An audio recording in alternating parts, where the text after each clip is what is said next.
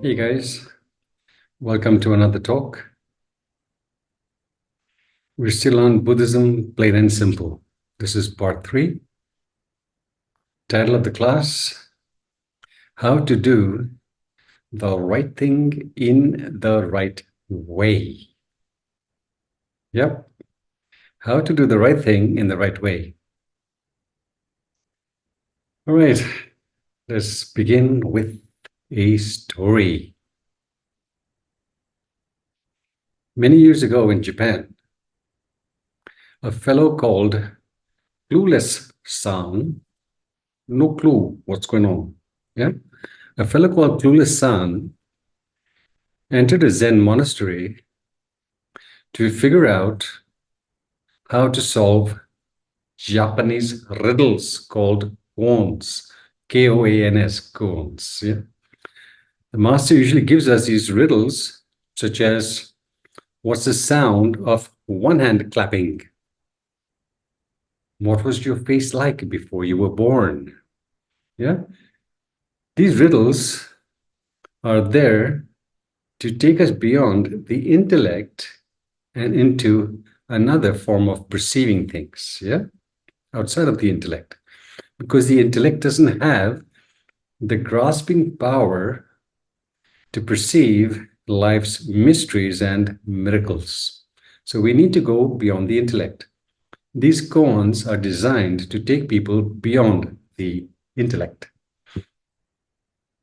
Okay, so this guy was an academic, yeah, into theories, intellect, but he wanted to figure out those koans through his head. Big mistake. So he entered the monastery, and the abbot, no messing around. Yeah, no messing around. No messing around was the abbot. And the abbot gave him the koan, one of the most famous koans, called What is Mu? What is Mu? Now, for the average person, hearing this riddle doesn't make sense at all. And yet, those people who have solved this puzzle or this riddle have awoken to life's magical dimensions. Hi. So, clueless son, what is Mu? I will figure it out. So he went to his room and did his theoretical research. And finally, after a few days, comes and sits in front of the master. In Japan, I was there for 6 months, over 6 months. Okay, so I know what I'm talking about.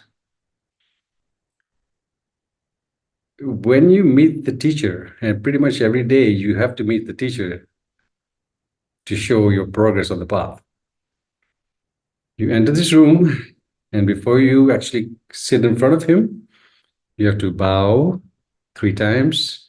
Then you walk over to him, and you sit down close enough to him for him to whack you with a special little stick. It's a kyosaku. The longer ones are 3 feet long. Yeah, not for punishing, just for waking you up. So the teacher sits with the short version of the longer kyosaku, just like this. And as you enter the room, he's basically watching your progress. You can sense it in the way you walk, in the way you bow, what's in your eyes. He's gauging you. Yeah. He's scanning you. It's an MRI scan, right? To check your progress. You sit in front of him close enough to get the whack, and then you answer the riddle or whatever has to be exchanged between the two of you. And if the teacher does not approve with your frequencies, before you know it, there's a lightning whack right there on the shoulder. And then you boot it out. Next. And the students keep pouring in. Each one gets a whack, mostly. Yeah. And you can hear, because people have lined up in another room to meet the teacher, and they can hear the whacking going on. It's quite funny, actually. Not when you're getting it. All right, so clueless son comes along, bows and sits in front of the teacher, and he spouts his theoretical understanding of a riddle that is meant to open the mind. The teacher looked at him for a second and whacked him and booted him out. Ah, Jesus. So he went to his room and decided that maybe there's some subtle component to this. Maybe it's in the tonality of how to, understand this, the tonality. Next time he approached the teacher looked at him and thought to himself, this fellow here has no clue what he's doing. He definitely needs a wake-up call. So he says to clueless son, look, my friend, if you do not solve this puzzle the next time you come to me, I am going to chop off your leg. Now, clueless son was totally mortified when he heard this. Because you see, in even the most heated arguments in the academic world, things never get so rough. So he went to his room, totally petrified as to losing one of his limbs, and he started to focus on the koan like it is meant to be focused outside of the intellect. A few months passed. He was totally absorbed. What is the mu? And lo and behold, with that complete, focused, undistracted focus, he awoke to the true nature of reality. My dear friends, unless we do things the right way, the outcomes we are looking for can never be accessed by us. Yeah? Therefore, the class, how to do things the right way and the right things, of course. Right, let's proceed.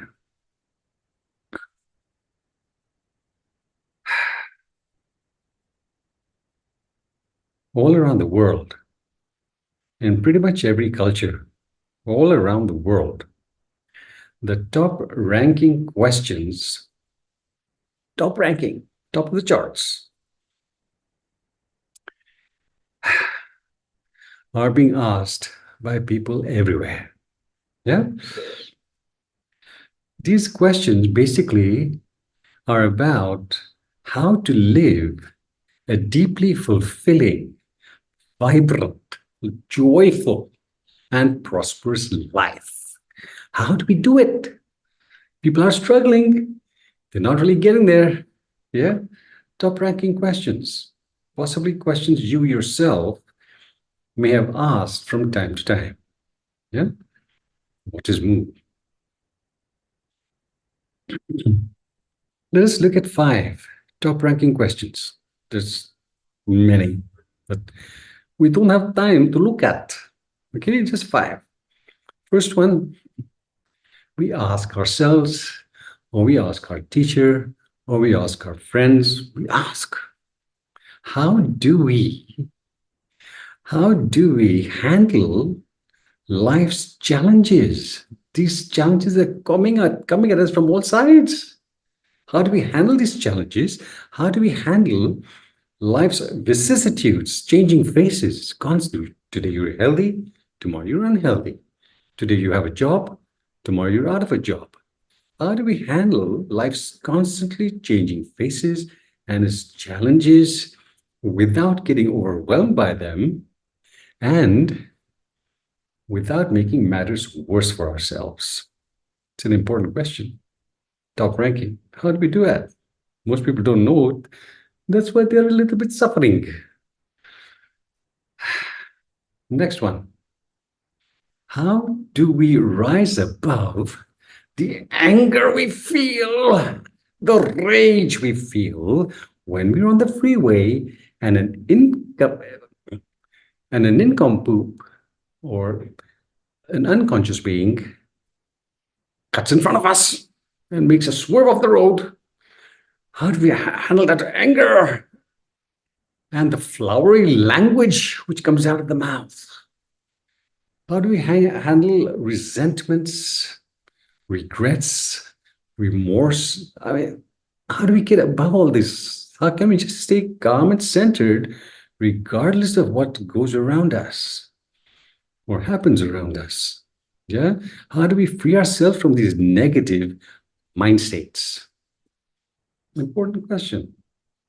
Because for as long as these negative mindset states are infecting our consciousness,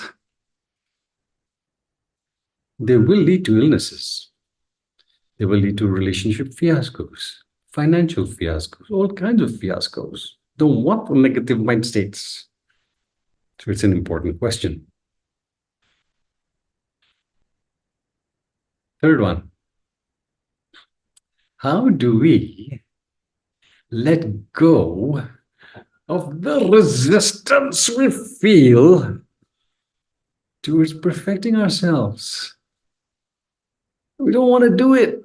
We want to be hot stuff without putting in the effort to be hot stuff.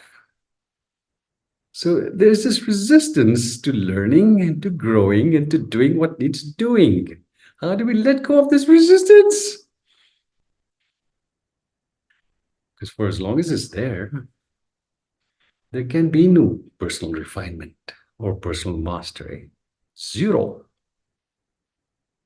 Then we have the question, how do we awaken from this drowse of a countless lifetimes? How do we awaken from this drowse to perceive the true nature of reality, the magnificence that the wise people talk about? How do we get there? And the last one, how do we transit from this rebirth and into the next without the kicking and the complaining and the trauma and the tears and the fears? How do we make a smooth transition from this rebirth into the next? When the time comes for us to board that space shuttle waiting for us, how do we get on that space shuttle without screaming and shouting? Peacefully, joyfully, happily, because we have lived a good life. And there's nothing to worry about. How do we do that? Important questions, top-ranking questions. And where do the answers come from? For these enormously important questions, where do we get the answers from? Netflix? Amazon Prime? No, not there. These answers come to us through those special beings, those brave beings who have ventured into the deepest recesses of their consciousness to access life's mysteries and miracles.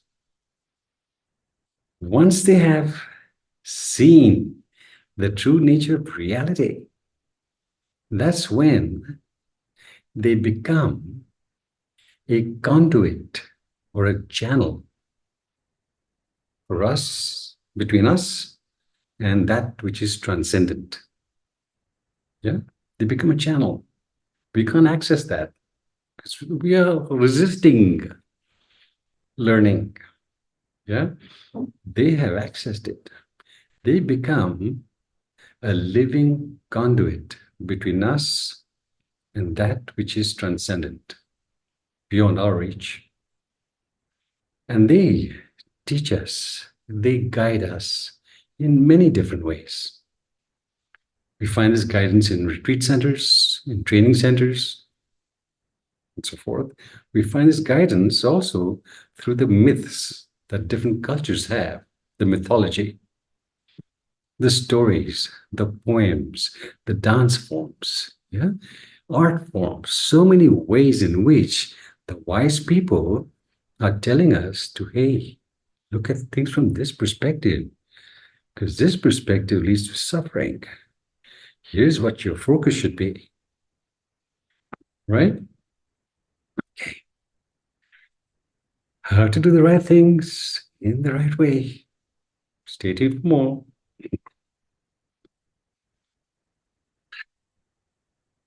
It's not from, it is not from a calm and trouble-free life or from the nice sedation we feel during our silken times where everything's fine and dandy. Yeah? It's not from these trouble-free times that we access greatness of character, greatness in our abilities, or a supersonic awareness of how things really are. Yeah? A great character, outstanding abilities, and profound awareness of life's true dimensions, not accessed during a trouble-free existence. No can do. Personal mastery and deep wisdom are always accessed, always gained from grappling with hardships, challenges, difficulties, and so on. Yeah. The biggest challenge, the biggest hardship is the grappling with your consciousness from which all kinds of weird thought patterns arise. To let go of those, that's the biggest challenge you will ever face. It's called letting go of your delusions. Yeah. So it is only from great necessities that great virtues are born. Not from a nice, sedated life with our shopping sprees and our vacations and our pleasure seeking. No great characters formed in that context. No can do. Not a natural law. The natural universal law tells us, hey, brothers and sisters, you have to leap out of your complacent zones and face what needs to be faced and transform what needs to be transformed if you're going to live an ultrasonic life filled with vibrancy and joy and laughter. It doesn't come from these silken times. Nope. Great necessities call out great virtues. Here's an example. I lived in the mountains in India for 4 years, practicing solitary retreats in huts, in caves, in jungles. I was there. Tough life. Oh, but I loved every minute of it. One day, 1987, yeah, Master B was younger then, a lot younger. In 1987, I was walking past this herd of water buffaloes. Buffaloes, cows, sheep, the villagers are grazing them in the mountains all over the place. Yeah. So I was walking past this herd of water buffaloes, those dark gray or blackish, hefty creatures, which give nice creamy milk. When one of those buffaloes took a disliking to me, for whatever reason, my negative karma had ripened. One of those buffaloes took a disliking to me, and I saw it happening. Our eyes met, and I knew what was coming next. And what was coming next? 2,000 pounds of pure muscle with horns attached to the head, snorting, yeah, fumes coming out of the nostrils. And this buffalo charged me. It came at me. 2,000 pounds of pure muscle coming at you to send you into the stratosphere is not a joke to hang out and take pictures with. Yeah, that's not the time for selfies or anything. That's the time to discover that you have wings on your feet. Yep, I had wings on my feet that morning, and I ran the 4-minute mile like Roger Bannister did in 1954. Yep, I had to save my ass with that buffalo charging me. Fortunately, it stopped. It didn't charge for too long. Just I was in his territory. Just passing through his territory. He didn't like it, and he charged me. Boy, that was a clear experiential awareness of the truth that it is only through great necessities that great virtues are born. I didn't realize how fast I could run. Boy, was I fast. Okay, hi. So, not feeling like doing what needs to be done when it needs to be done is really not a good idea.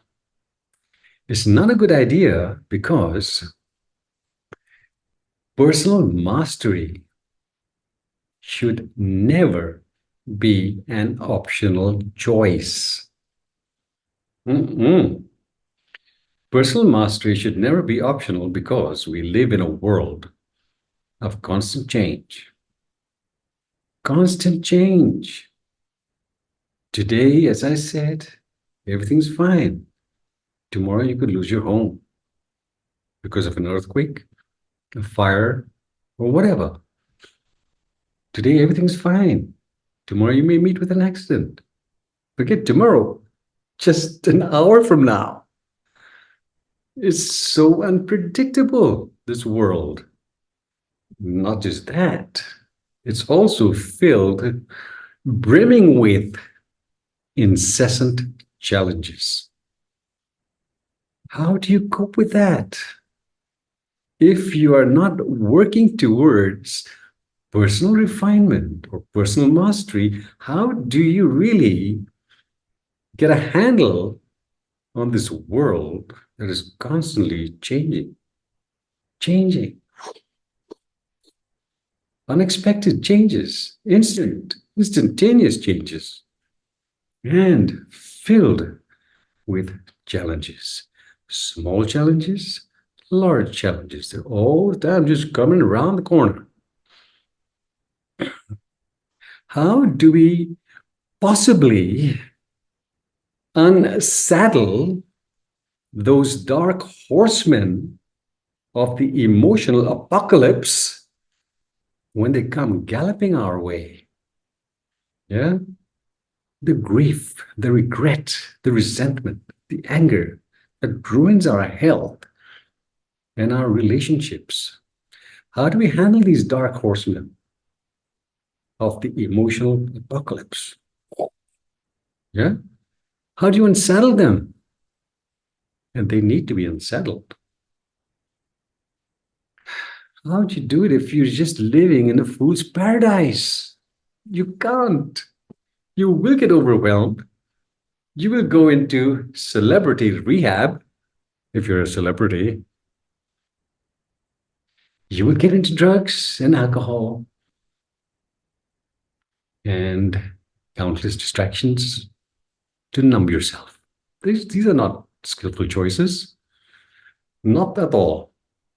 So to build a firewall, like we have a firewall on our computer against viruses, to build a firewall against these dark forces, these negative forces, it is imperative for us to learn how to do the right thing in the right manner and at the right time and with the right attitude. Imperative, not option, imperative for us to learn how to do the right thing in the right manner at the right time and with the right attitude, with a smile on the face, not grudgingly, till it comes naturally to us, till it becomes a reflex, till it becomes our disposition to live in this fashion. Because then we will have made an art of doing those things we love to do, which are also the best things for us to do. At present, we love to waste our lives in front of the TV and on the mobile and whatever else. But this is not in our best interest. We have to learn to love to do those things which are also the best things for us to do. It's in our best interest to do. And how do we do it? Like I said in the earlier class, constant recommitting to personal mastery day in and day out till it comes naturally to us, till we anchor ourselves in thinking our best, feeling our best, and doing our best. Yeah, as often as possibly can. So here are 7 rules. 7 rules of life amongst 70,000. We will only look at 7. 7 rules of life that allow us, that empower us to live in a manner that is worthy of us instead of living wastefully. Yeah? That empower us to achieve great things during our brief time on this planet and to pop off knowing that we have lived well. No regrets. We have lived well. Hallelujah. We're going getting on that space shuttle happily. First rule.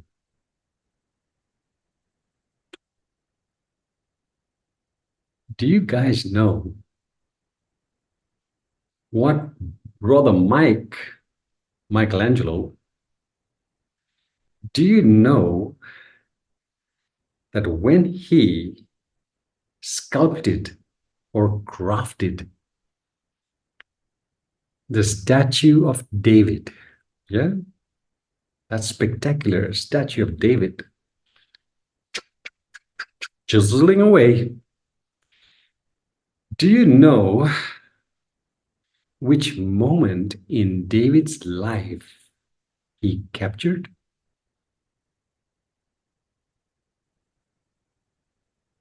For most people, not people, artists, sculptors, many of them portrayed David during that moment of his victory, when he had chopped off Goliath's head and he was standing there with his sword in hand.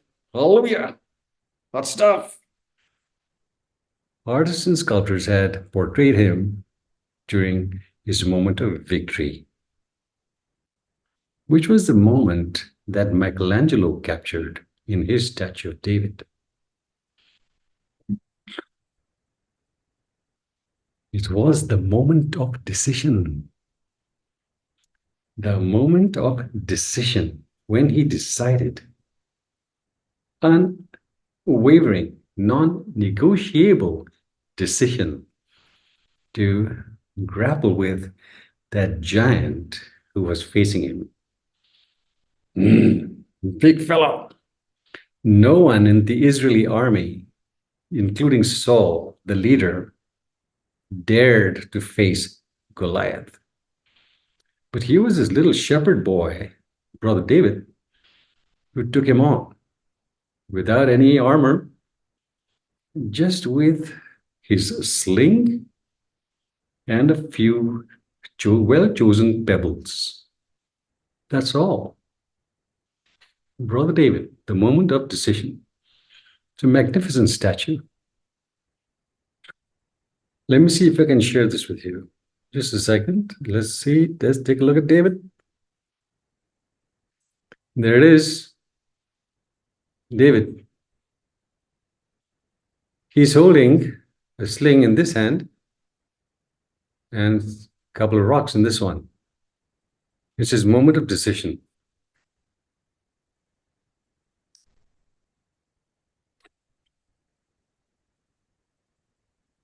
Now, what is this moment of decision? Such a moment can only arise when we are well prepared for it. When our wisdom, our love, and our skills are on call, ready for any occasion. When our wisdom, love, and skills are not in place, we can make many decisions, but we will not follow through on them because we are not prepared. We have not utilized our lead time effectively. The time before the event takes place, lead time. Yeah? And we don't know when these challenges like Goliath, we don't know when these Goliaths are coming our way. That is why personal refinement is not optional. We live in a world of change and incessant challenges, and we have to make those moments of decision. And most of us are not making these moments of decision because we are not prepared. Okay, just think. How many people worldwide make New Year's resolutions? These are moments of decision. How many people follow through on them through the year? And how many people quit within a month? Less than a month. These are not really moments of decision. Moments of decision when you're going through straight through till you accomplish what you set out to do. Okay, that's rule number one. We have to prepare ourselves for those special moments of decisions which call out our greatness. If we're not prepared, the opportunity is lost. You got to wait for the next wave. Okay, rule number one. Here's rule number two. Rule number two basically is this: how to prepare. How to be well prepared.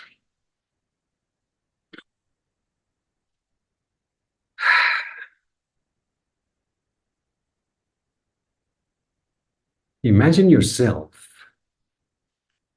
engaged, fully engaged in pursuing a compelling aspiration. You found your calling. This is what I would like to contribute to the world, whatever it is. Yeah? And you're going for it. Compelling.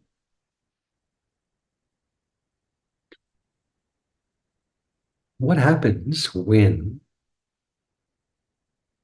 Goliath comes along with his gang members? And they will come along. Whenever you're aiming for anything, you will be faced with challenges, large or small, obstacles, setbacks, failures, criticism, whatever it is. Yeah, we will be faced. It is an inevitable rule of life that you start any project, you're not going to go straight through to completion. There will be some glitches involved. So when Goliath comes along and you feel your blood curdling, tension, hands are sweaty, there's anxiety. Oh God. Okay, you're anxious, you're tense, maybe traumatized. How do you deal with that anxiety? What's the best way to do it?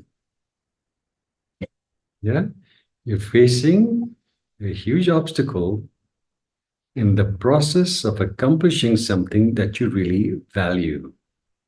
How do you deal with that challenge? Do you do your best to calm yourself? Breathing well, breathing well. Yeah? Or would it be better to get excited about the challenge? Wow, here comes Goliath. Let's do it, boys.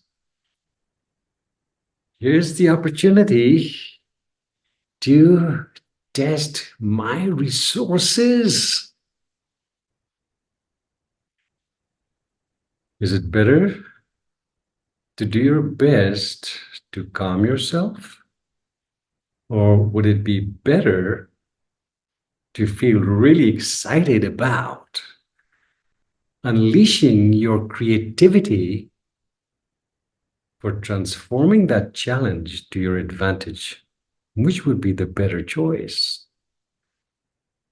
You see, when you're anxious, you're in a high arousal state. Attempting to calm yourself means you're going into a low arousal state. But when you're in the high arousal state, being tense and anxious, and to do your best to calm yourself, not a good idea. Why? Because it would be similar to going at 80 miles an hour and slamming on the brakes. No, no, no. Unless you want to break head, not a good idea. Yeah, you don't want to do that. You need to take the excitement that comes from the challenges testing your resolve.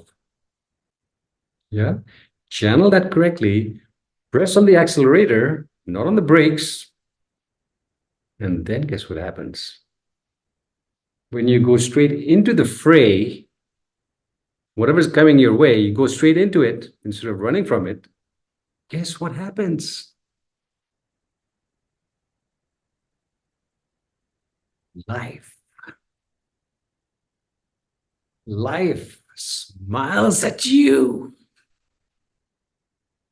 And serendipities come cascading your way. Yes.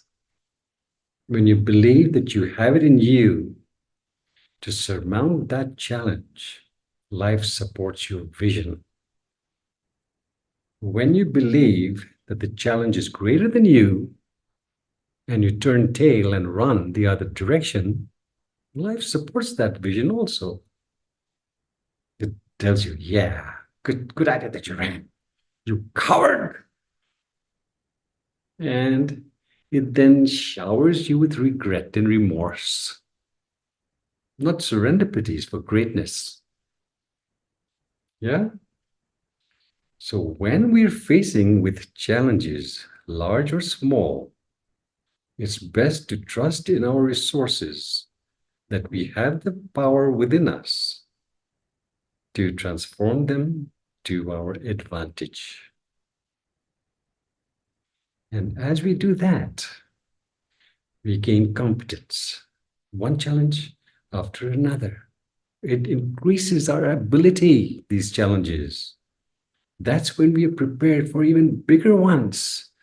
And the bigger the challenges, the faster our progress to awakening. We need those challenges to fly. No challenges, life is wishy-washy, no backbone. All right? So, to acquire the wisdom, the love, and the competence for transforming challenges requires that we face them each and every time they occur in the right way, in the right attitude, at the right time, no postponing. And that's how we grow into our best. Are you understanding, please? Yeah? Every challenge has to be welcomed. Yeah? These are messages from God. These are messages from the universe. The good, the brash, and the ugly. They're messengers holding incredible blessings. And we need to learn to welcome them with the grace and the calm and the love and the insight of a geisha girl pouring tea for us. Yeah? Yeah.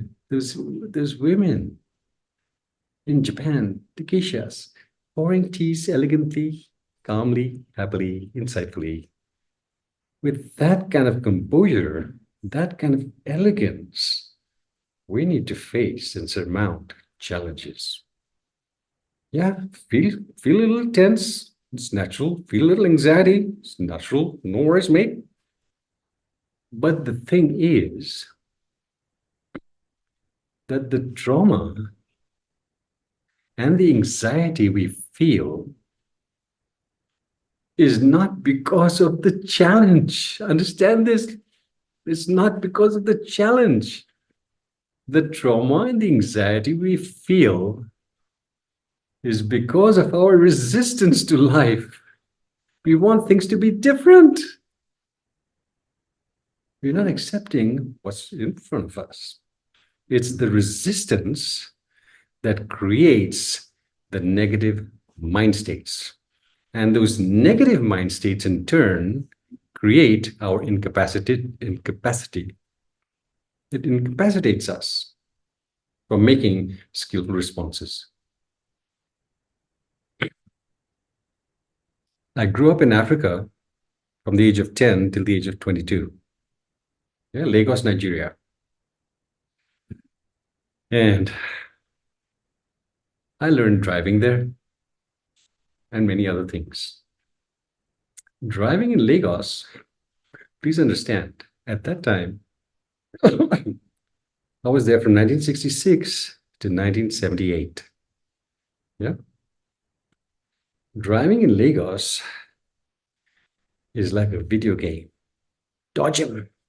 Yeah. No rules. Wild. Wild, wild west. I survived on my bike.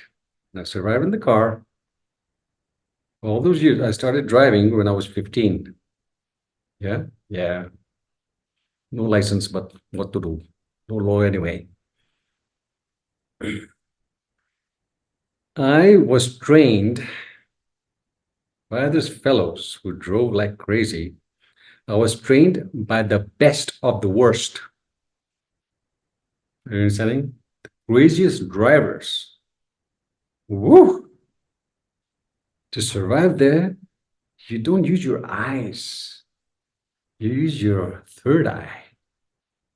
Because they're giving the signal to the right, and they could do anything. They'll go left, they'll go straight. Who knows what else they will do? Yeah, they come from the wrong side of the road. You have to be so sharp. Well, I had to be, everyone needs to be sharp driving over there. Same in India. Same right here. The way they drive, woohoo! So, because I learned to drive without any expectations of how they should be driving and just accepting the reality for the environment I lived in, I did not raise my blood pressure. I accepted it. There was no more trauma. There was no anxiety, just flowing right through all the madness. Then when I went to the US and I was there for 5 years and I drove there, well, I could drive with my eyes closed. People give the right signal and they actually turn right. Right. So the trauma exists or arises when we're not accepting life. Accept it, deal with what has to be dealt with correctly, and move on. That's the second rule of life. That's how you acquire wisdom. That's how your love flows instead of your anger. That's where your competence is heightened. Accept life the way it is, whichever way it comes to you. These are heavenly messengers asking you to better your game. Simple. All right. All right. Let's go on to the third point. The third point. How do you describe synergy? Synergy. It is the cooperation, interaction, or assistance from two or more forces that produce a combined effect that is greater than the sum of their individual capabilities. Understanding? Two or more forces coming together to produce a far greater effect totally. Yeah, the sum of the effect, the total effect is greater than the sum of their individual capabilities. Here is a simple explanation of what I'm saying. Take one plank of wood, put it across two pillars, yeah, and you put 20 pounds on the plank and put 21 pounds and breaks, can't handle it, yeah, let's say. But if you put two planks together, one on top of the other, stretch them across, guess how much the combined effect will be? Not 40. They will not hold 40 pounds. They will hold more than 40. 50, 55, 60, who knows? Yeah, not just 40. That's synergy. So when it comes to our life, for us to move through this world with power and grace, for us to accomplish great things, it is always best to team up with just one other person to support our vision. Because when we team up with just one more person, the emergent behavior that arises, the emergent effect that arises from that combination of more than one is far greater than what we could achieve by ourselves. Far greater. Such emergence of what is within us only arises through relationships. Wholesome, beautiful relationships. Not the Lone Ranger mentality, Not by our lonesome do we achieve great things without the support and assistance from others. We don't have to do things alone. Best to team up with people who share our vision to accomplish things we would never accomplish alone. Yeah, yeah. Hey, here's another example. Have you ever seen a Belgian horses raced in Belgium? Belgian horses are some of the strongest horses in the world. Tough fellows. They're not for racing. Yeah, they're for manual labor. Belgian horses being some of the strongest, one horse will be able to pull 8,000 pounds, yeah, of weight in the cart or wherever. 8,000 pounds, one horsey. Put two horses together, and they will not just pull double the amount, 16. Their combined strength will pull 20 to 24,000 pounds, not 8,000 pounds, 20 to 24,000 pounds. That's triple the effect. Guess what happens when you bring two Belgian horses that know each other, trained together, two horses that have bonded together, unlike the other two that were not bonded. Yeah, random. Two horses that really know each other and have bonded with each other. You bring them together, guess how much they will pull? Not three times the amount. They will pull 30 to 32,000 pounds. That's four times the amount that those other horses did. Yeah, 4 times the amount they will pull because there's this bonding. Yeah, emergent behavior. Emergent behavior takes place, the best emergent behavior takes place in the atmosphere of love. I, so, how does this relate to us?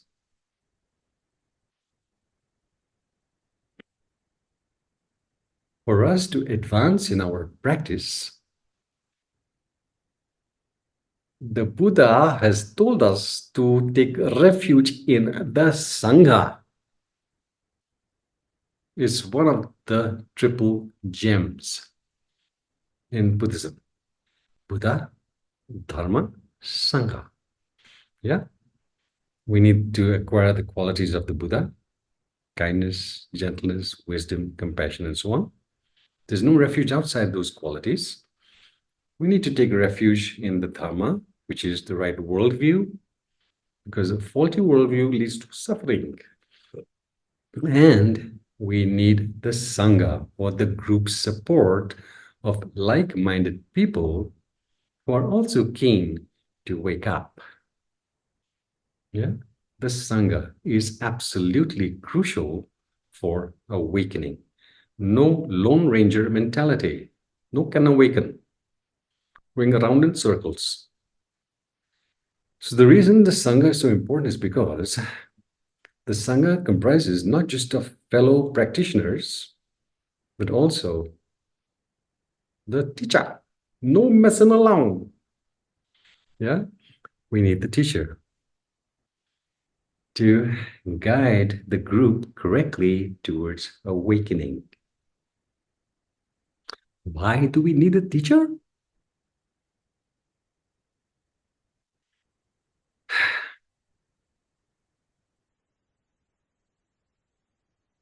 Many years ago, I was invited to give a talk to, to a group of people in Scotland. When I taught in Europe, one of my students took me to the group she belonged to. Master B, please give a talk to these guys.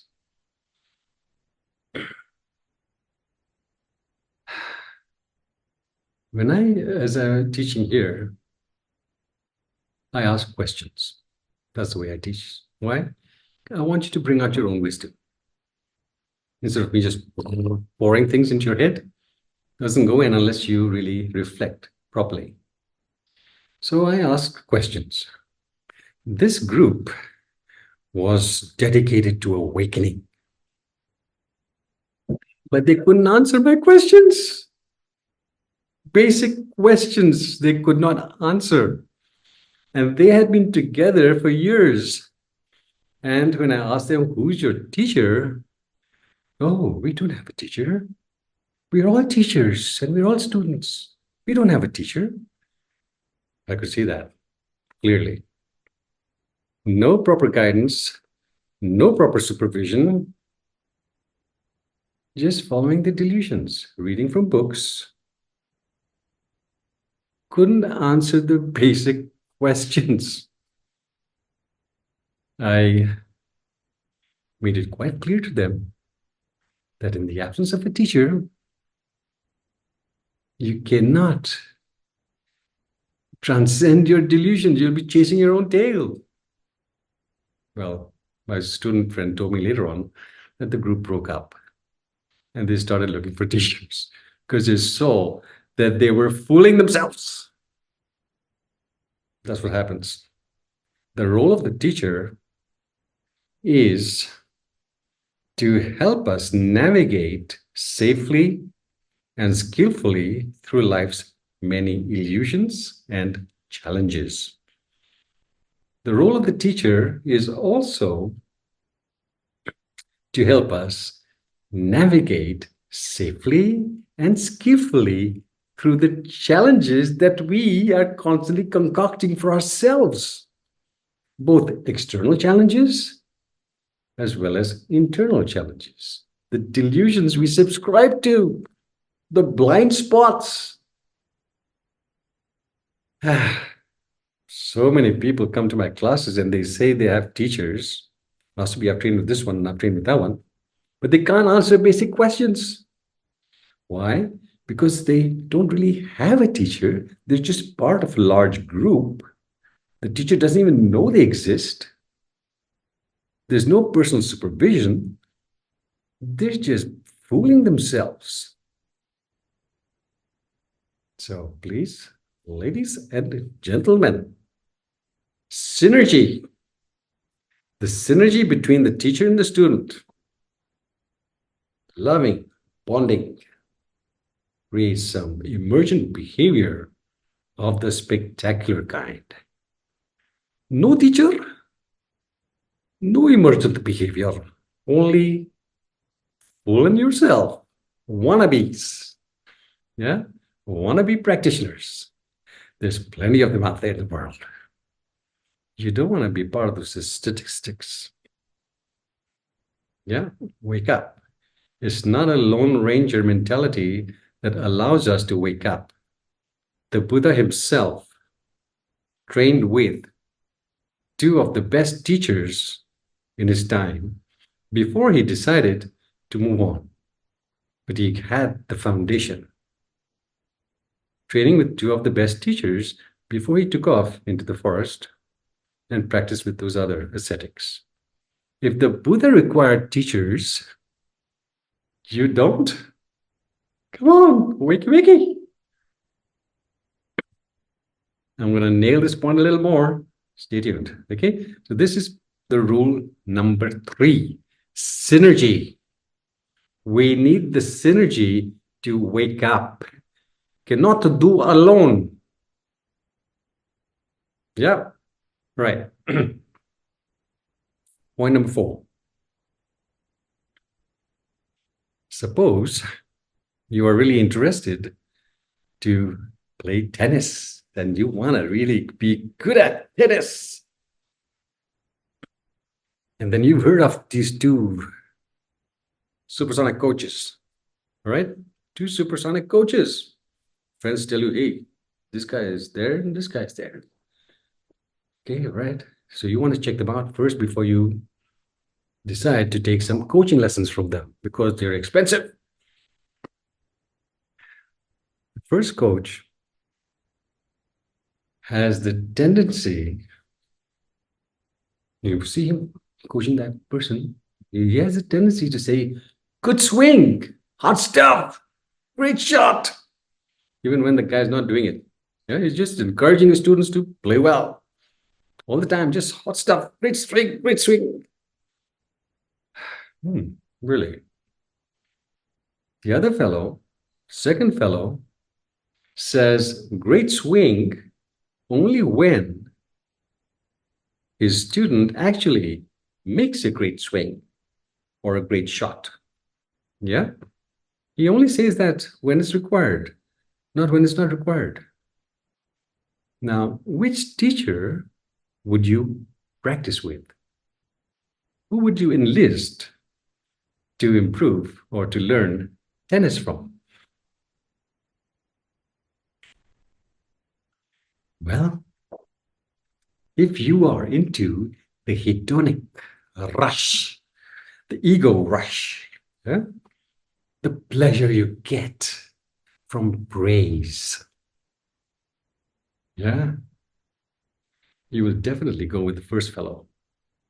Even though you're playing rotten, you're getting praised for it. Hot stuff. Mm-mm. If you're interested to really improve your game, to play tennis well, you will most definitely go with the second fellow, the guy who is not into praising you randomly. He will praise you when you qualify for it. Are you understanding? Right. So, what am I pointing at?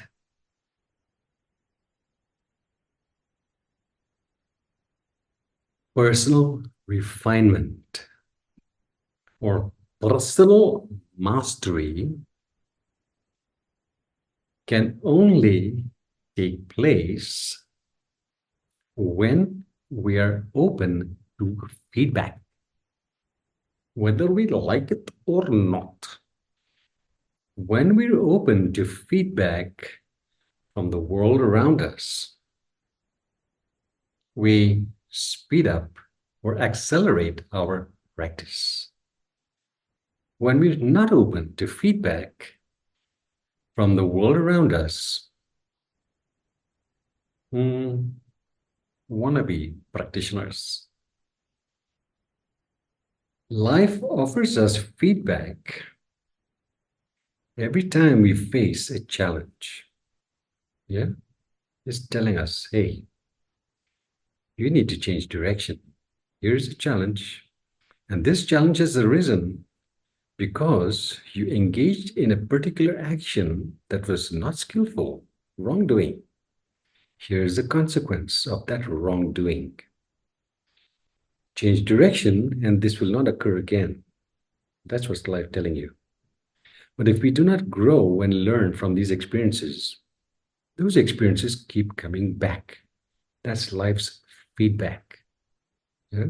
Change direction in the way we think, in the way we speak, in what we feel, and how we act. Change direction. If you're suffering, change direction. Suffering is an indicator that you're doing things the wrong way. You're approaching and responding to life in the wrong way. And the wrong way equates with misery. Yeah, that's life's feedback. It will praise you when you need it. And the praise comes through good health, happy mind, beautiful relationships. That's its praise. You're doing well, boy. You're doing well. When people give us feedback, either through criticism If it's warranted, just check. If it's warranted, you change direction. If it's not warranted, chuk, chuk, out the other side. Yeah, you don't take it on board. People give us feedback by the way they respond to us. Do they warm to us? Do they enjoy our company?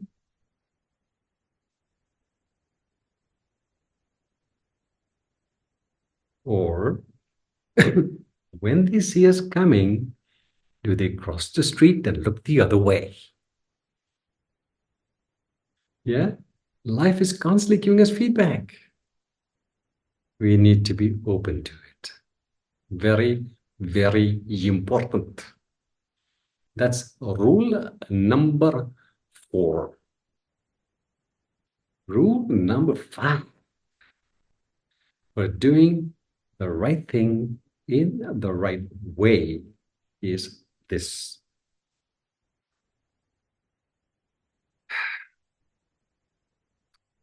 What happens if you are addicted to performance goals? What happens? If you're addicted to performance goals, please tell what happens.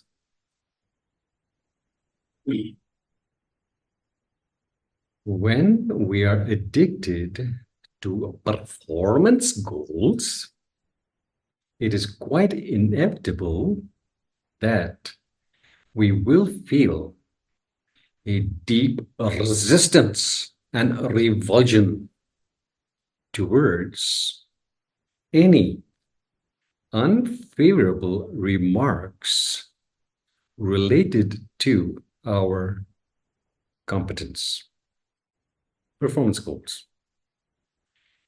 Anytime this is the objective, performance goals, we will have a huge resistance towards any unfavorable remark in relation to our competence. But then what happens when we feel this resentment and resistance? We stunt our growth. We stunt our growth. So why do we have this resistance to honest feedback? Well, there are many reasons. Let's just look at a few.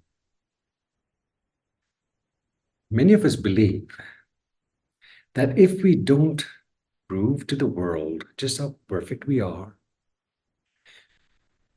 we don't qualify for love. People will not love us if they see our flaws. So we have to mask them. We have to live in this Hollywood facade.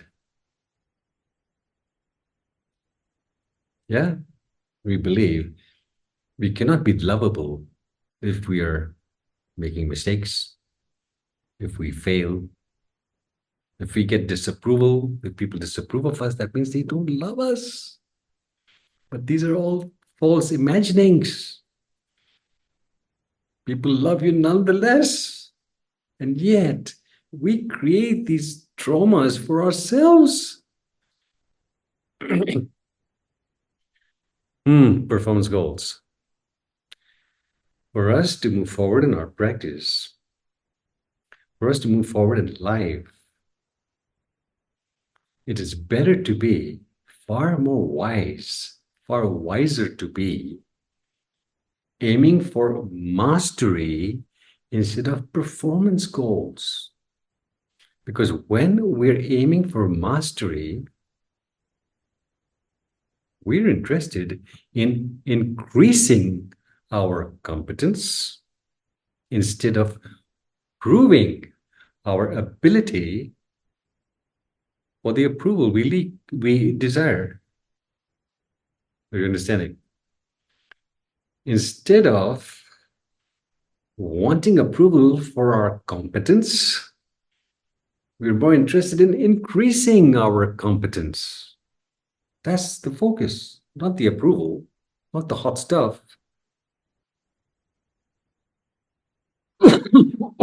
So when we are performance oriented, we are driven to prove our ability, whereas when we are driven towards mastery, our objective is to improve our ability, not prove our ability for the applause.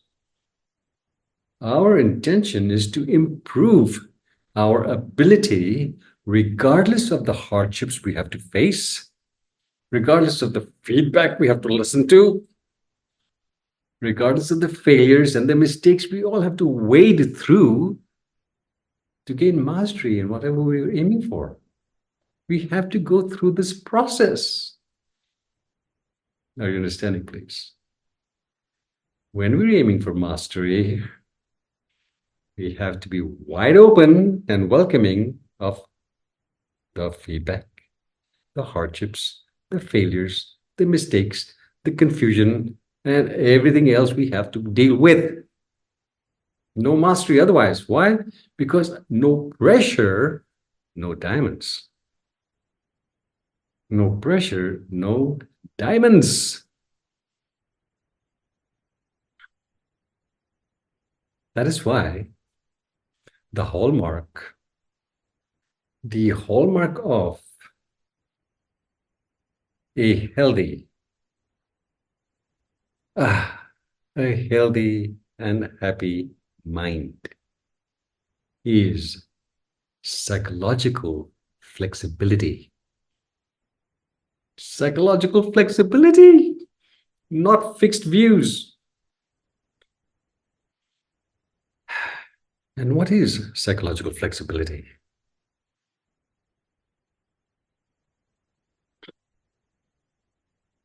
It has been proven time and time again. It has been proven time and time again that when we are totally comfortable being uncomfortable in the process of gaining mastery over any skill, it's okay. It's okay to be uncomfortable. It's okay to go to the discomfort. When we're totally comfortable being uncomfortable in the process of gaining mastery in any skill, we enhance our physical and intuitive faculties to such an extent, such a profound extent, that we go beyond the beyond. Yeah, beyond the beyond. And slip effortlessly into the zone. Yes, the zone in which we are able to make the impossible possible. Yes, yes, yes, yes. Yeah, the zone. The zone is literally the fastest path to awakening the genie in us. The genie, yes, Aladdin's genie, for achieving magnificent outcomes when we're in the zone.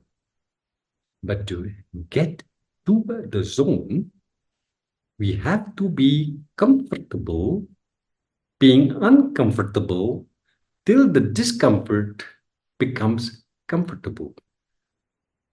And we go beyond the beyond, slip effortlessly into the zone to achieve miracles. That's when time flies or stops even. The self vanishes. You're in that flow. And performance just shoots right through the roof. And hey, mustn't forget, the joy that emerges from all this is beyond compare. And all because our interest is not in the applause. Our interest is in the mastery of a particular skill, not in the applause. Who cares? Applaud or don't applaud, the self has vanished. Time has stood still, and performance is shooting through the roof. Master B, what is impossible that we make possible? 500 years ago, did people even think that man could fly? 500 years ago, did people even think that there would be something like a mobile phone? All the things you're taking for granted today were impossible realities years ago. And we've done it. Trial and error. We don't learn and grow through trial and rightness. We learn and grow through trial and error. We have to be willing to get lost, to be confused, to make mistakes, to look the fool. We have to be willing to be totally comfortable with discomfort till we start to gain mastery over the skill which we are dedicated to. Stay away from performance goals. They stunt your growth. You have to be aiming for mastery, not applause. If you want the accolades, earn them. Okay, that's rule number 5. Okay, rule number 6. For us to live in tune with life, for us to bring out what is finest in us, there's one important thing we need to realize or to make real. And this is that it is always in the inputs and not in the outcomes where our focus should be. It's always the inputs, not the outcomes where our focus should be. Because the inputs determine the outcomes. If the input is faulty, the outcome will be faulty.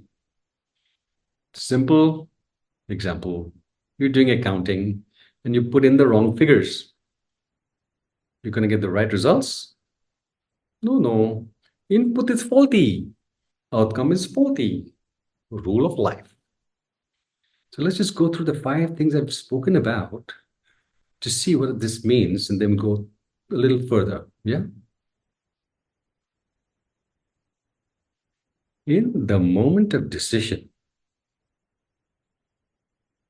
that Brother David took when meeting with Goliath, if the input in his mind was, oh my God, can I do it? Is it possible? This guy's armored head to foot. How am I going to do it? With a slingshot? If the input was fear, doubt, and insecurity, what would have been the outcome? There he is with a slingshot. He aims a stone at David's head and he hits the tree to the left or the right. That's going to work. Yeah? The input has to be total confidence. Total, unwavering confidence. But where did David get that from? Where did he get that confidence from? Amazon? He had already acquired the wisdom and the love and the competence from looking after his father's sheep. Out in the wilderness, there were bears and wolves, and maybe even lions, who knows, that he needed to defend his sheep from those beings with the sharp teeth. And so he had perfected the sling. Yeah, he had perfected his courage. He had prepared himself. Yeah, inwardly, he was prepared. That's what gave him the confidence. Yes, Saul and his army had the experience of fighting in wars, but somehow they weren't as prepared as our man David was. Yeah, the moment of decision. If you can capture those precious moments of decision, takes you to heights of unimagined success. He became the king later on. Yeah, inputs. Second point we talked about was challenges. When Goliath and his gang come visiting, when we least expect them to, yeah, when these challenges come our way, if we are not prepared for them, that means the input is not there. No proper input of wisdom, love, or competence. What will be the outcome when the challenge arises? Suffering, massive. I have a friend, childhood friend from Lagos. Beautiful girl, married to a lovely fellow.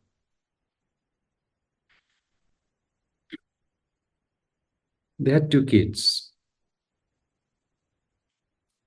One of the kids died when she was in her 5 years old or something. Yeah, from an illness. So I don't remember the details. But one of the children died prematurely, and the husband went for a toss. He just could not handle it. Yeah, he couldn't handle the death of his child. And he grieved and he grieved and he grieved to the extent that he ruined his marriage. He already has another child, but he's grieving this one, neglecting the child and the wife. Marriage fell apart. That's Goliath coming to visit. A huge challenge. When we are not in tune with life, when we do not accept life the way it is and rail against it, we're asking for disaster. Disaster. Inputs. When we have the right input of wisdom, love, and competence through personal mastery or personal refinement, then no matter what comes our way, come on, boys, let's do it. We gain the upper hand. Without the input, no proper output, no can do. All right, third point.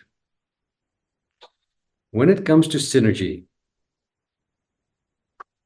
if you choose to team up with an idiot or a dishonest person or a lazy person or a negative person to accomplish great things, guess what's going to happen?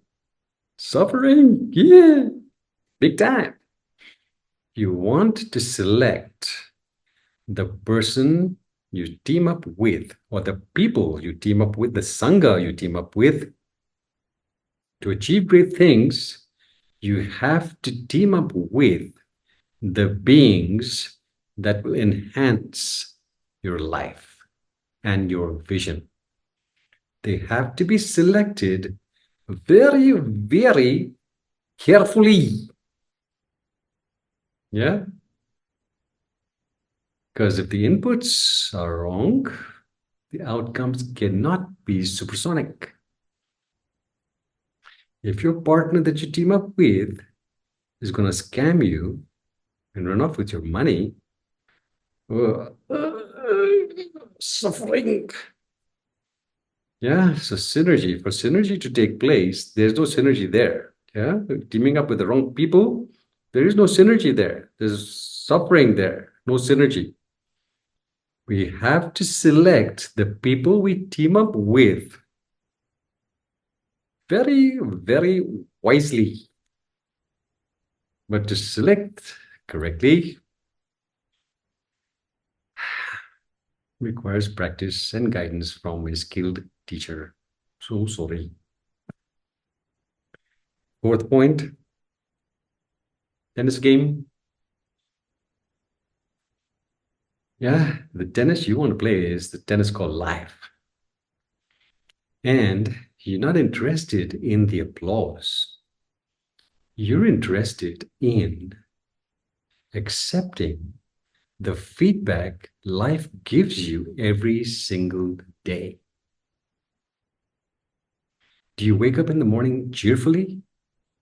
Or do you wake up grudgingly? Check. Life is telling you something. If you're waking up cheerfully, you're on track. If you're waking up with, life is telling you, change direction, baby. If you're driving to work and driving from work with flowery language flowing out of your mouth towards those drivers who are driving unconsciously, and I know quite a few people who have road rage, you're ruining your health. And a ruined health is life telling you, change direction. You don't need flowery language. Thank them. Thank these crazy weirdos for helping you to increase your competence on the road. Wow, that was good. Who's next? Right? Like I said, I grew up in Lagos and I was trained by the best of the worst drivers. And my skills, I could drive anywhere in the world without raising my blood pressure. Right? Okay. And the fifth point was, what was the fifth point? If you're into performance goals, if that's your input,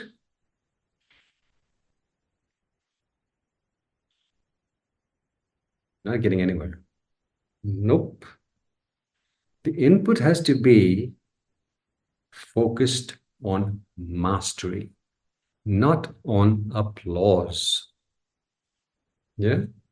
To increase your competence by wading through the hardships, the feedback, the setbacks, the failures, the mistakes. You have to be comfortable with the discomfort. That is the inevitable process for mastering any skill. If that's your input, you're cruising.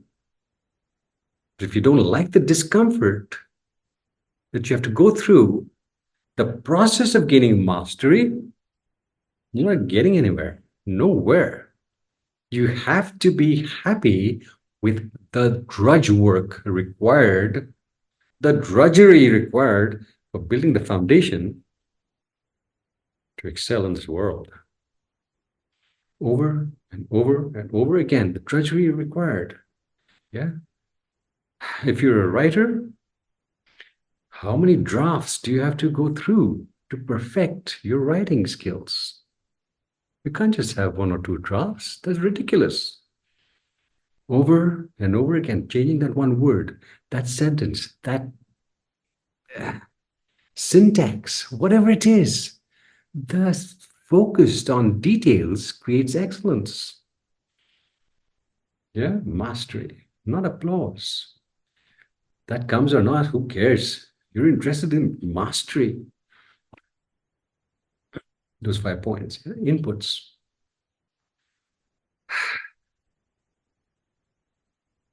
When deep thinking arises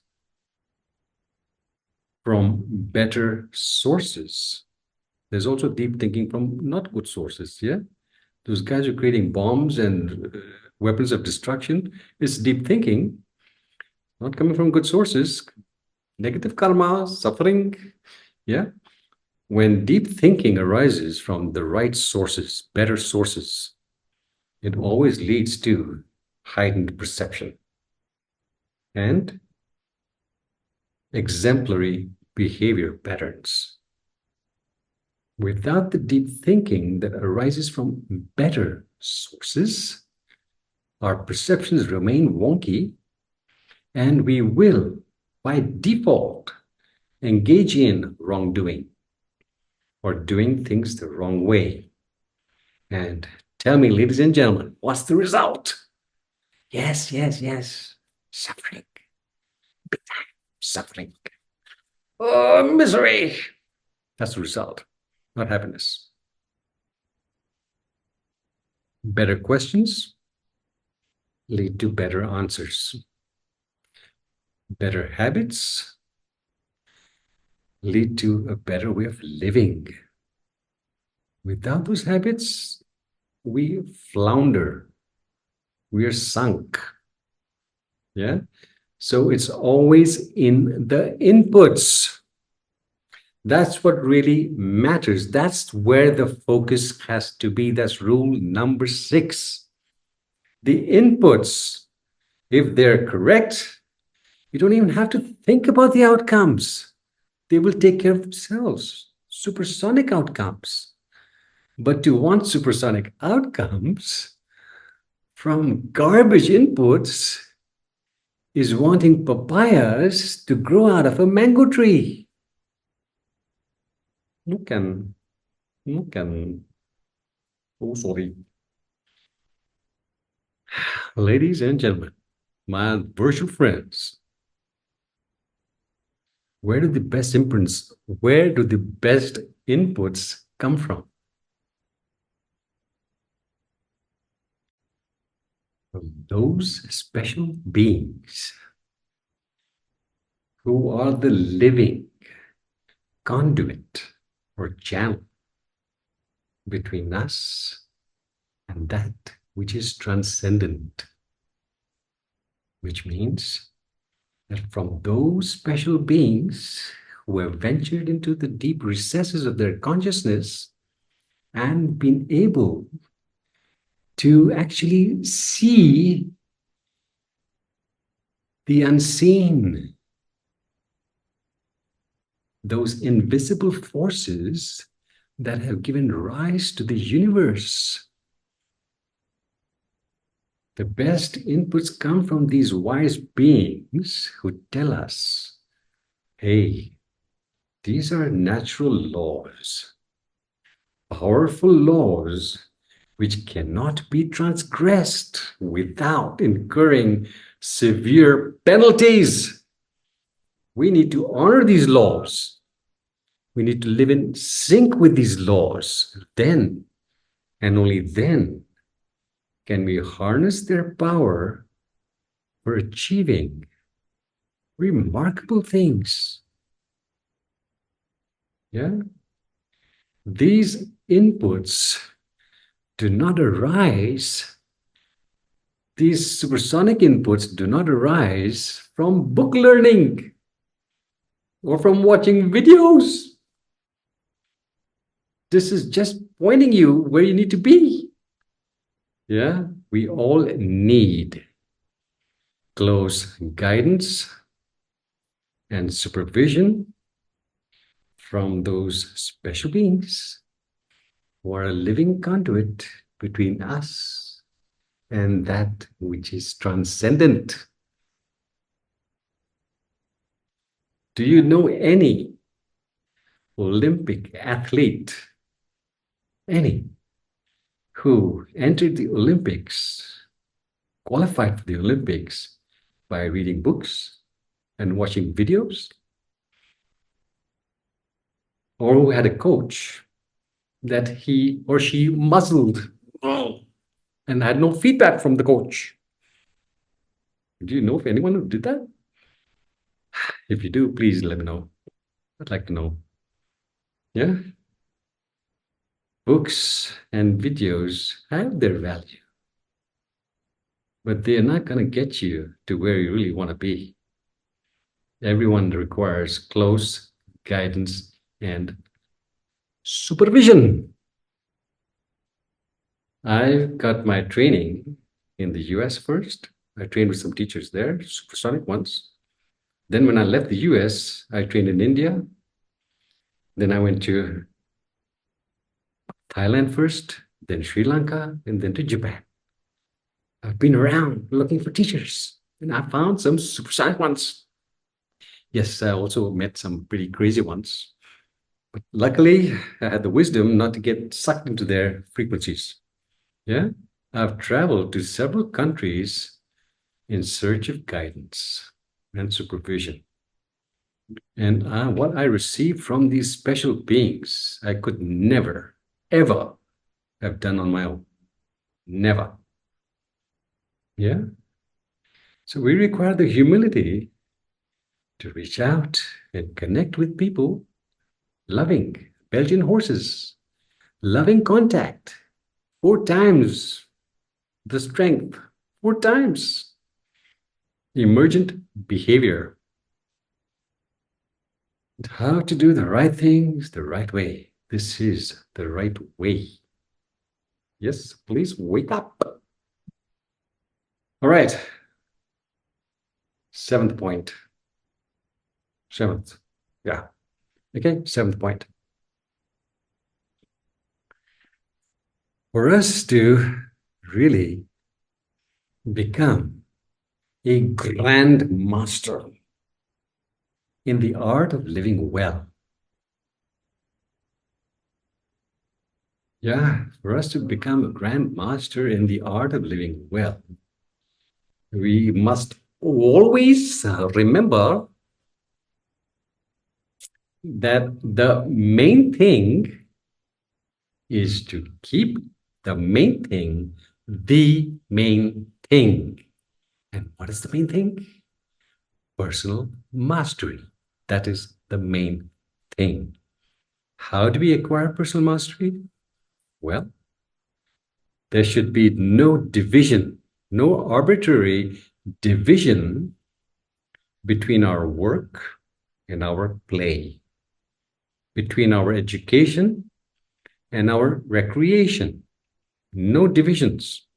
Why? Because life is a seamless whole. The way we play has to be with the same enthusiasm as the way we work.